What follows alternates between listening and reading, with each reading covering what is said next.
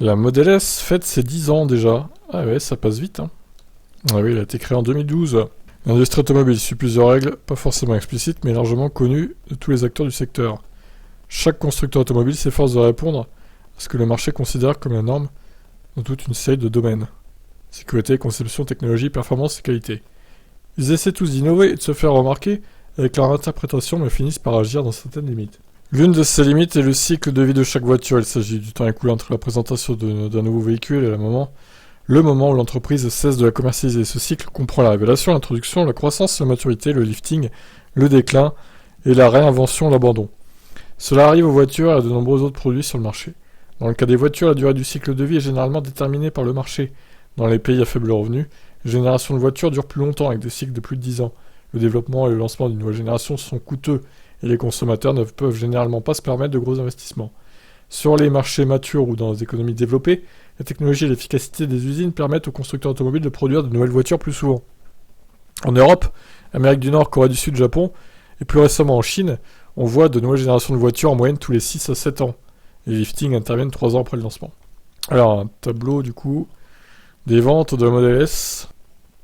Introduction, progression, le pic ayant été maturité 2017 quoi en gros.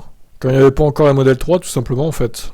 Quand la Model 3 a commencé à sortir, ma foi, ce fut le début de la fin pour la Model S, qui est revenu à des chiffres de 2013 tout simplement. Après bon, faut attendre de voir l'année prochaine, hein, parce qu'ils sont censés la sortir en 2023, la nouvelle Model S plus puissante là, donc enfin en Europe en tout cas.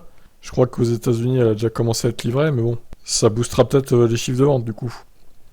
Donc malgré la règle tacite concernant le cycle de vie des produits, il existe des exceptions. L'une d'entre elles, c'est la Model S. La berline électrique a fait ses débuts le 22 juin 2012, après que les 10 premiers clients ont reçu leur voiture à l'usine de Fremont. C'était la première voiture de série de Tesla, et elle a marqué le début d'une nouvelle ère pour l'entreprise. Depuis lors, la Model S a reçu plusieurs mises à jour, des liftings et améliorations qui concernent non seulement son design extérieur, mais aussi ses perfs et son intérieur. La Model S d'aujourd'hui est définitivement une meilleure voiture que celle présentée il y a 10 ans. Oui, bah heureusement, hein. Cependant, elle reste la même en termes de plateforme, de structure principale et de design extérieur général. Une nouvelle génération implique généralement des changements dans ces éléments également. Au cours de ces 10 années, il y a eu au moins 2 générations de Mercedes CLS, classe E Audi A6, BMW Série 5. Bien que de nouvelles versions plus puissantes aient été lancées, la Model S, si on croit son bilan de vente, perd beaucoup de terrain. Oui, c'est sûr. La question est de savoir pourquoi Tesla prend autant de temps pour lancer un nouveau Model S. La baisse des ventes s'explique en partie par les difficultés rencontrées par Tesla dans son usine de Fremont, qui ont perturbé la production pendant plusieurs mois. Il n'y avait donc aucune voiture dispo à l'achat. Cependant, la Model S est vieillissante et doit faire face à une concurrence plus importante que jamais. L'année dernière, par exemple, Porsche a presque doublé les ventes mondiales de la Model S avec sa Taycan.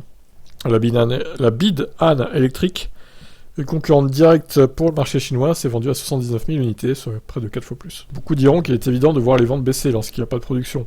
Pourtant, ça n'explique pas pourquoi la marque met autant de temps à introduire une nouvelle génération alors que ses pairs vont plus vite. Mais c'est juste qu'ils veulent se concentrer sur la Model 3 et le Model Y, hein, je pense surtout ça en fait. La Model S, ils s'en foutent un peu maintenant. Ils se disent que c'est pas cette voiture qui fera le plus de ventes, donc ils misent vraiment sur la Model 3. Après bon, c'est mon avis en tout cas, vous en pensez quoi?